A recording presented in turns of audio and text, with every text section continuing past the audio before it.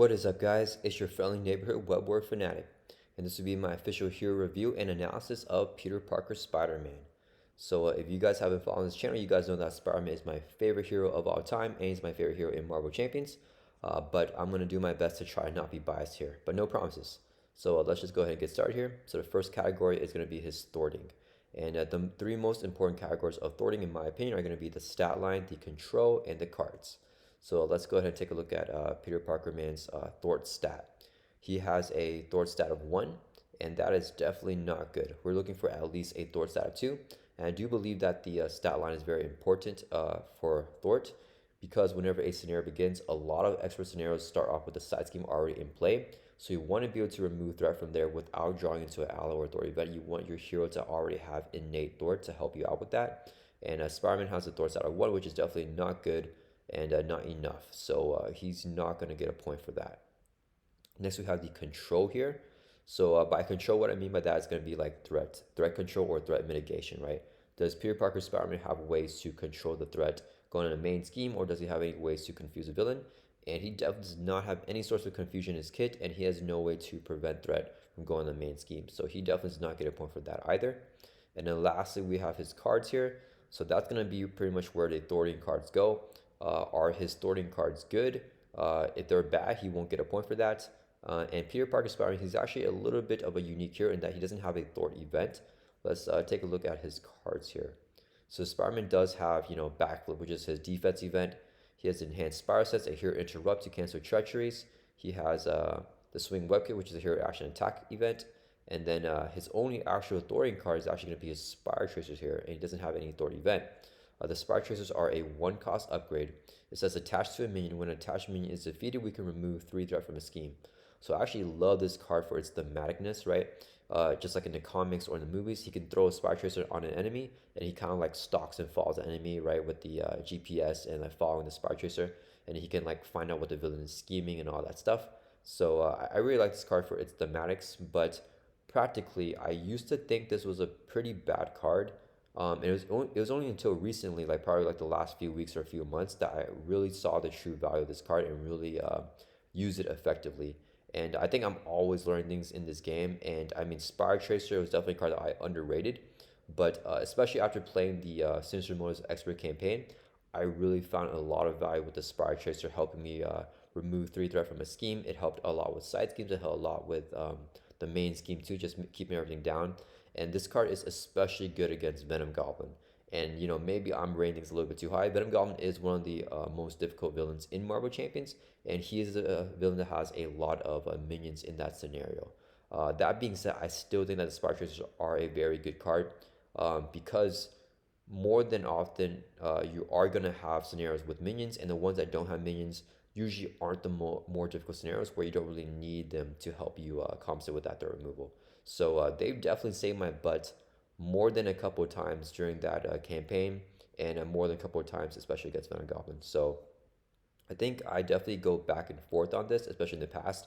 But as of right now, I feel like that I've really seen the light and seen the value of the Spire Tracer. So I do give Spider-Man a point for that, because the Spire Tracer is a very efficient card. It's just a 1-cost upgrade that can remove 3 threat from a scheme, and it's not a thwart activation, so it'll bypass up like a patrol.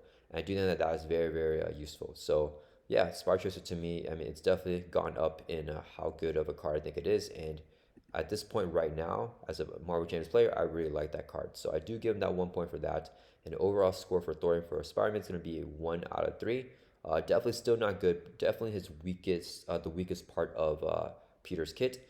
So yeah, I mean, he's definitely not a great thwarter, and I think that's a little bit of a thematic miss, because in the comics, he is thematically a very smart guy, right? He's a genius, so he can always figure out the villain schemes, and he does a lot of like research to try to figure that out. So it is a little bit unfortunate that in Marvel Champs he doesn't have that thwarting ability, but you can't have everything, because I think if he had that, he would be like, I mean, probably the best hero in the game. Okay, that's probably just being biased right there. Let's take a look at the next category of attack.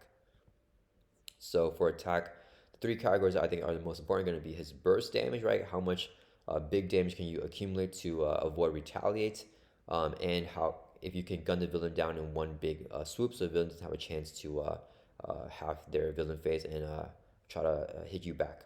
And the instances of damage, right? So how many small instances of damage does a hero have? If a hero has like piercing, I would kind of categorize that in here as well to help you remove tough. If you have multiple instances, that'll help you remove tough as well.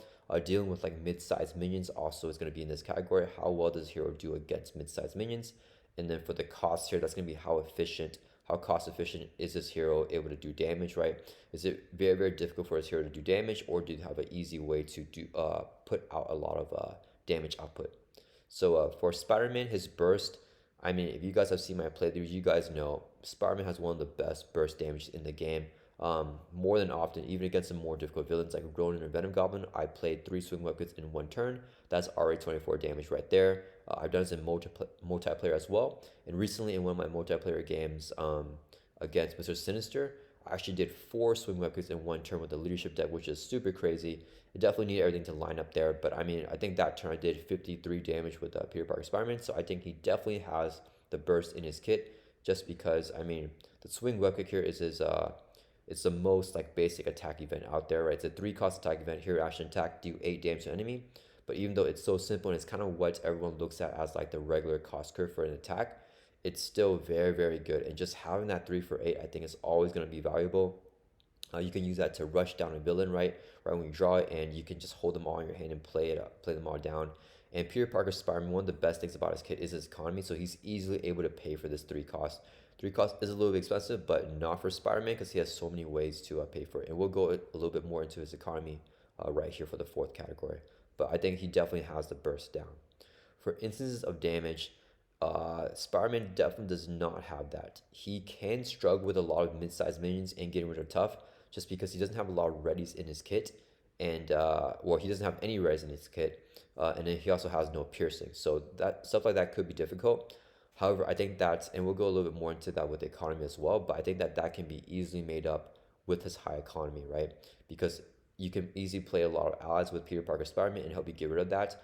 And you know, I've heard the argument where people say that, well, every hero can play allies, but most, I would say, very few heroes play allies as easily and as well as Peter Parker Spider-Man because of that economy. So even though heroes can play them, they're not going to play them as easily as Spider-Man. So I think that that kind of helps him deal with that. But does he have that innate with this in his kit? No, he definitely does not have any. Like, he does not have multiple instances of damage in his kit, and he doesn't have ways to deal with tough or mid-sized minions alone.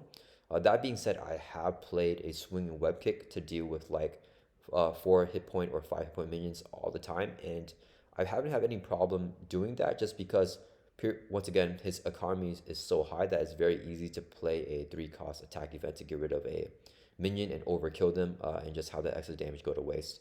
And it doesn't feel as bad on Spider-Man, just because, I mean, you might as well just get rid of this card anyways. So I haven't had too much trouble, but I definitely won't give him that point for instances of damage. And then lastly, we have the cost here. I mean, I keep on talking this up, but Spider-Man has one of the best economy in the game. So even though his attack event is 3 costs, I mean, that's not expensive for Peter Parker to play. And he's one of the few heroes where I'm able to play the 3 attack events that come in his hero kit on the same turn. I think definitely not a lot of heroes can do that, but Spider-Man is definitely one that can. So I mean, just for that alone, I think that he definitely has well-costed events, and that's actually his only attack event in his kit. Nothing else really does damage, but I mean, being 3 costs for 8, it's the average, but because it's on Spider-Man, because of his economy, it's going to be cheap for him. So I definitely give him a point for that. So he comes out 2 out of 3 with his overall score for attack. And then next, so he's definitely not doing too well so far, right, from the Thornton attack. He seems like a pretty average hero, or even under average, but this is where it really starts to ramp up, starting with the survivability. So for his survivability, for the categories, I have his alter ego and his hero side, like what's actually on the card, on the printed card, and then the cards that he has in his kit, and then the healing that he has. So I think that it's very important for a hero when evaluating their survivability, what their alter ego and hero side have on the actual printed card.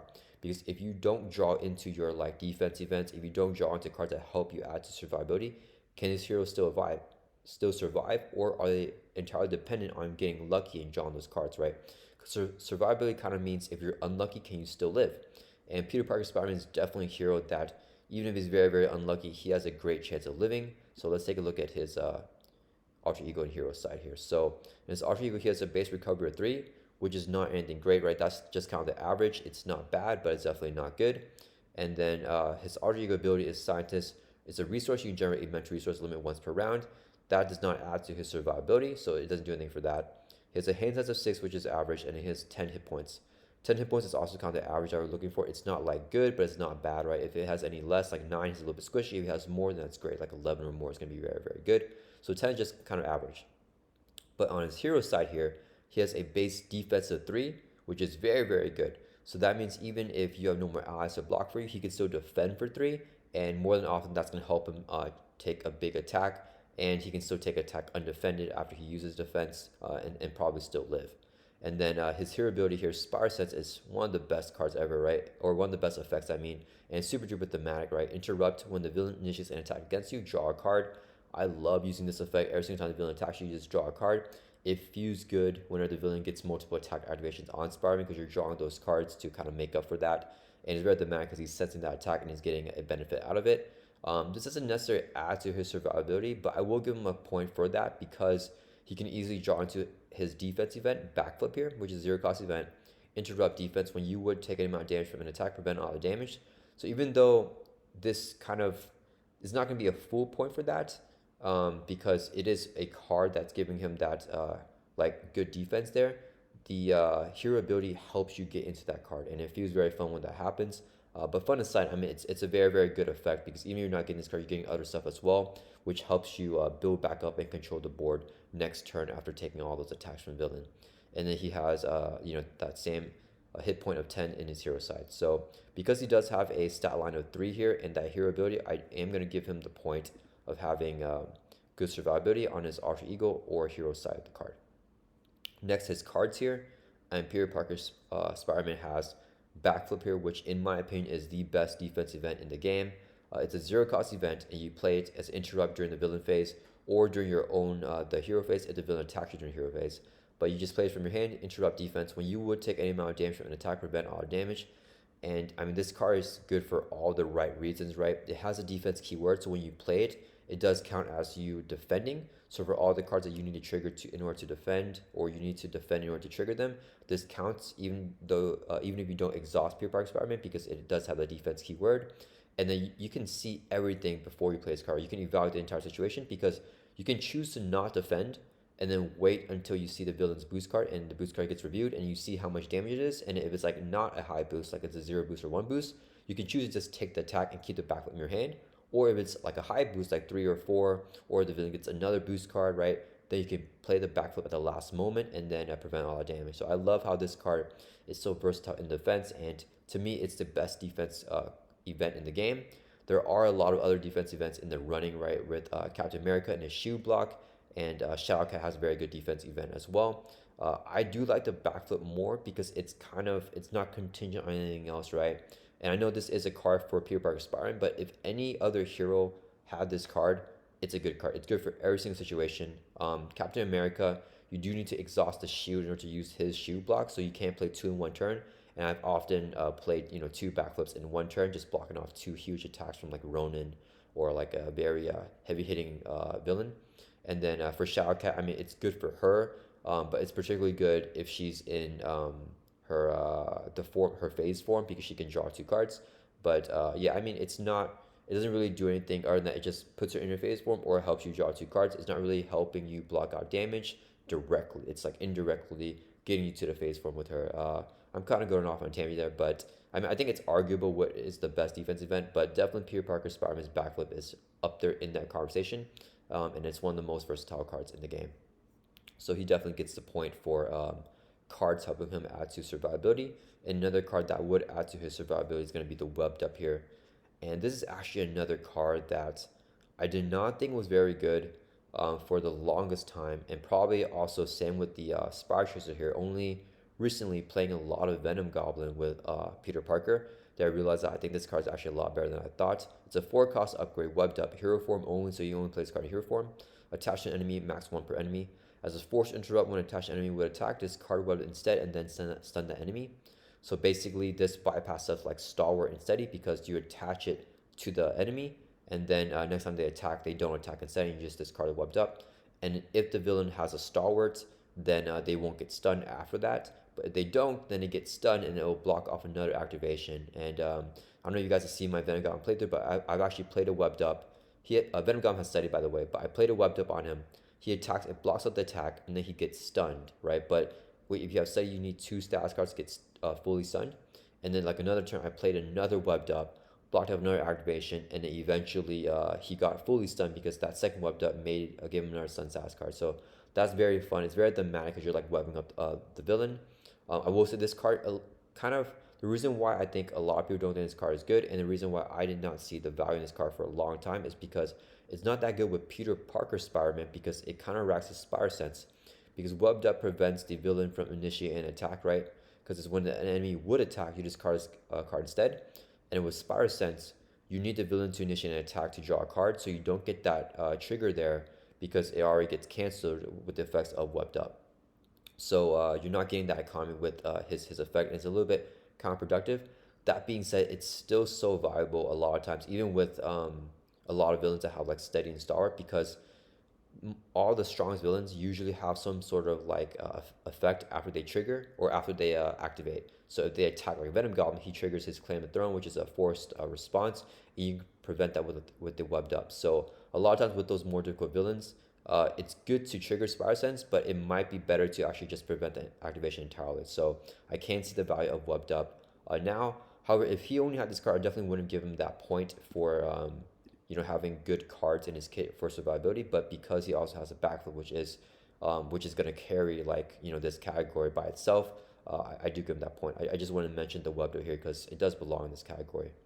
And then lastly, we have healing here, which I also give Spider-Man a point for. So healing is going to be, so he has the recovery 3, which is not great, or it's not bad, but it's not like good. It's just average. But Aunt May, in my opinion, is the best healing support in the entire game. It's a one cost support. Alter Ego action, exhaust Aunt May, heal 4 damage from Peter Parker. So you can only use this card if you are flipped down to your Alter Ego side. You can't use it in hero form, but that's very thematic because Aunt May doesn't know who Spider-Man is. She'll only heal her nephew, Peter Parker, giving him some band-aids, some soup and stuff like that, right? And it's a one-cost support, so it stays on with you forever. All you gotta do is exhaust it, and you heal 4 damage, which is insane. I think that's like the most efficient healing in the entire game.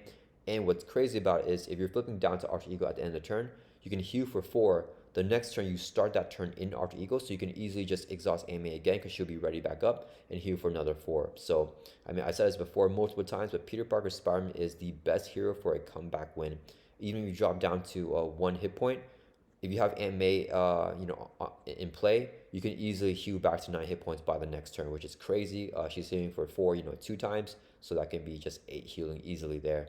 And I think that because of that, I mean, Peter Parker Spider-Man, he doesn't need to exhaust a heal. That is insane, and he's probably one of the best healing characters in the game. And I think having that adds so much versatility to a hero because they can just take hits and easily just recover back up. So they can be a lot more liberal with taking on damage from minions and the villain. Okay, so he definitely gets a 3 out of 3 for survivability. He probably has one of the best survivability in the game of all the heroes in Marvel Champions.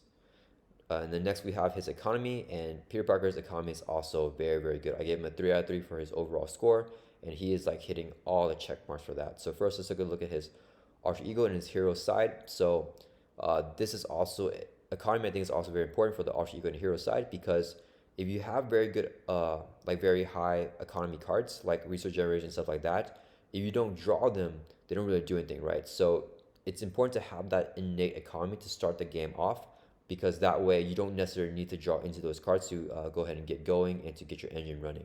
So let's take a look at Spider-Man's Alter Ego here. He has Scientist as his Alter Ego ability. It's a resource generating mental resource. So he has a hand size of 6 here, which is average, and it's good for a Alter Ego to have that hand size of 6. And anything less would be bad. Anything more, it would be insane. But there is no Alter Ego that has more than a hand size of 6 currently. But yeah, I mean, having that extra resource there, he effectively kind of has a hand size of 7. Because it can just be that extra resource or the extra card that you can't play, and it's a resource, right? That's kind of what the Scientist resource generator kind of does for you. And you only use it in Alter Ego, but I mean, it does add to his hand size effectively, not literally, but it's still very good. And then for his hero side here, hand size of 5, which is the norm in hero side. It's not like anything spectacular, but it's better than having like a hand size of 4 or 3. which a lot of other heroes do have. And then his hero ability is called Spider Sense. Interrupt. When the villain initiates an attack against you, draw one card. So we read this earlier, right? It's a super thematic effect, and it works so well. The villain's going to attack you pretty much every single turn. There's very few villains that don't attack during the villain phase if you're in hero form. So almost every single turn, Spider-Man pretty much has an effective hand size of 6 here instead of 5 because he's drawing that one card during the villain phase. And if the villain gets like a nasty treachery, like an assault or another attack activation, that totally sucks, but you get a card out of it, right? So it's not like the worst thing in the world, and you can easily get up to like a hand size of 7 or 8 in your hero form. So I mean, the economy with Spider-Man is crazy there with his alter ego and his hero sides. So even if he gets no cards down or has bad luck and doesn't draw into anything, he still has an innate economy because of his alter ego and his hero side of his card. Next, let's take a look at his cards here. So Peter Parker Spider-Man's resource generator is going to be where is it? His web shooters here. So another very thematic card. It's only a 1 cost upgrade, which is very, very cheap. And it comes in here with 3 web counters as a hero resource. So you can only use this card in hero form. We can exhaust the web shooters and you remove 1 web counter from it and generate a wall resource. And then whenever you run out, it gets discarded. I think it's very thematic because Peter Parker is always running out of web fluid, you know, in the comics, in the movies, and just like how a lot of other heroes in this game have a permanent resource generator, Peter Parker Spider-Man does not have one because he runs out of that web fluid. But yeah, that being said, it's still very, very good because it's so cheap. It's a 1 cost upgrade, and it'll give you 3 more resources throughout the next few turns. So it's a great thing to just get down and have that in play and eventually build up with that. So I think this is a very good high tempo card. It works very, very well if you're playing Rush with Peter Parker Spider-Man. But even if you're not playing Rush, it helps you just get a big tempo push for the next turn to have that extra resource in play. So definitely a very, very good card, and I definitely give him a point for that, for his economy and his cards. And lastly, the overall cost of Peter Parker Spider-Man's cards. I'm not really looking at his cost curve, but how it feels whenever you're playing him, and does it feel easy to play his cards. And I mean, Peter Parker does have some pretty expensive cards here, like the Webbed Up, and then he has the Swing Web Kick, which is pretty expensive as well. But that being said, it is very, very easy to play all of his cards, and I played multiple games where I play, you know, multiple webbed ups, play multiple swing web kicks, you know, on the same turn. And even though he does have expensive cards, they feel very smooth in his kit, and his economy definitely makes it feel like the cost of his cards aren't very high. So he definitely gets a point for that as well. And let me see, I think I missed something. So for cards here, I definitely should have mentioned Black Cat here, right? She's his signature ally. It's a 2 cost ally, 1 thwart, 1 attack, but she does not take consequential damage for attack activations. And then she has 2 hit points. As a force response, after you play Black Cat, discard top 2 cards of your deck. So you must do this because it's a force response. Add each card with the printed mental resource. This card this way to your hand. So, you know, she is an energy resource. This is a printed physical resource. But if you get something like Enhanced Power Sets, the printed mental here, or the Swing Web Kick, you can get them straight to your hand. And I've used Black Cat so many times to try to mill for, you know, Swing Web Kick so I can add them to my hand. And I like to build a Peter Parker Spider-Man deck around the mental resources. So when you play Black Cat, you can get more stuff to your hand. It's not, if it was just her by herself, I definitely wouldn't give him a point for the cards here for giving him a good economy, because she's not the most reliable thing, but it definitely adds a little bit to his economy there. She's definitely a good ally, just not taking consequential damage for attack activation, so she can just stay and play forever. But I mean, that's not really going to fit into any of the categories here. And then actually, that kind of fits in for his attack, right?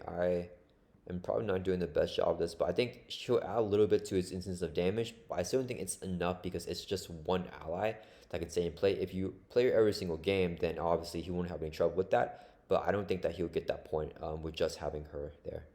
Okay, so the economy, definitely 3 out of 3. He has one of the best economies in Marvel Champions, and I think that having high economy is one of the more difficult things to make up for in Marvel Champions, but having that high economy helps you make up for things like thwarting attack. I think that thwarting is the easiest thing to make up for with the aspect cards, and if you have a high economy, and so is attack. So even though he's not like the best thwarting hero in the game, I mean, I faced the most thwart heavy scenarios like Venom Goblin and removed, like, you know, tons of threat, like 20, 30, 40, 50 threat in one game, just because of his massive economy, helping him play allies, play supports like Beat Cop, and he just has so many different ways to get cards down easily that those cards can help him remove threat even though he doesn't have that in his kit. So even though he does have a score of 1 out of 3 for his Thor, I don't think it's the biggest deal because of that high economy.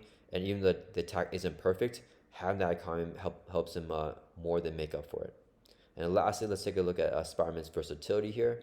So, am I? Okay, so for his versatility right here, we have in-game versatility, his cancels, the aspects, and then the overall score right here. So Peter Parker Spider-Man's in-game versatility, I think it's off the charts, right? He can play in any type of style. I played him in so many different ways, and I think that he can really do whatever he wants, right? He can play a rush style. I rushed like the collector down in like 8 minutes.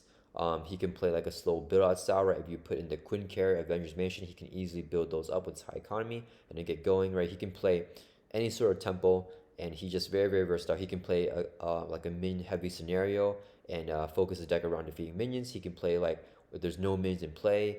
He has just so many ways to play, and I think that he definitely has an in-game versatility there.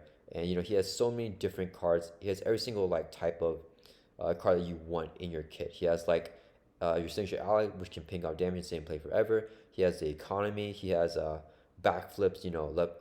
One of the best defense events. He has the Spire Sense, which is a cancel. He has Animate to help him heal. He has your standard attack. He has the Spire Tracers webbed up to prevent attack activations, which I play many games where I don't play the webbed up, but then there are games where the webbed up like helps saves me, right? So that's just kind of adding to his versatility. And I feel that every game kind of feels very different from one another, especially depending on what type of deck that you play with him. So he definitely has an in-game versatility for me. And then next, the encounter card cancel. I think that Spartan definitely has the cancel in his kit, which is going to be in his enhanced Spire Sense right here. It's a one-cost event. Here, interrupt. When a trusted card is reviewed from the encounter deck, cancel its one reviewed effects. So this card can only be used in your hero form because it is a hero interrupt, but that is a very powerful cancel. It's not the best cancel in the game because it can only cancel a one reviewed effects. The one reviewed effects. So if the card has a surge or something like that, you won't be able to cancel the surge, just the one reviewed effects of it. So it does kind of miss there. But that being said, most heroes in Marvel Champions do not have any type of in-common card cancel. So just having that in his kit, I think, definitely gives him that point, and it is a very valuable card that can be very useful. And then for the aspects here, does Peter Parker Spider-Man have that versatility across different aspects? And this is something that I don't value that much because I think you can just play the hero in their best aspect. But I know that a lot of people do value this a lot when evaluating a hero. And I think before, I definitely didn't understand the entirety of Spider-Man, but after playing him more and playing him more in different aspects, I realized that he definitely has that versatility. He can play any aspect. He can play in aggression very well. He can play in protection very well, in leadership, in justice, which is my favorite way to play him. And I mean, I have been expert Venom Goblin, playing him with an all basic deck with no aspect. So basically, all you gotta do is put in aspect cards, and that deck's gonna definitely be better because it's kind of limiting yourself to not put aspect cards in there. So I mean, he definitely has that versatility across all the 4 aspects in Marvel Champions, or all the 5, including the pull aspect as well. I think he's very good with that aspect too. So yeah, Spider-Man definitely gets the 3 out of 3, the full points in his overall score for versatility. So yeah, that's kind of my overall score for Spider-Man. And then my overall ranking for him is going to be, I don't know if you guys guessed it, but he is an S tier here for me. I think he is definitely up there, definitely one of the best heroes in the game. And I have 3 boxes here missing for him. And I don't think that my like evaluations here are like the end all be all. It's just kind of my fun criteria that I look for in a hero. And I think having 3 or less definitely puts the hero in the S tier category. He is not missing much, and it's not that he is missing in Thor and attack.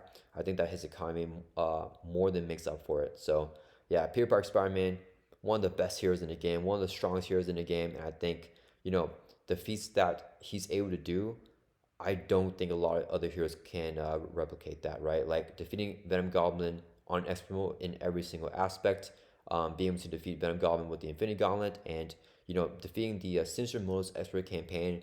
That is, I mean, Venom Goblin on the expert campaign on expert mode is like one of the craziest challenges I've like ever done. It's not really even a challenge. It's just like kind of the standard mode of that campaign, and I think that Spider-Man can handle it, and I don't know a lot of other heroes that can do that. That is very, very tough.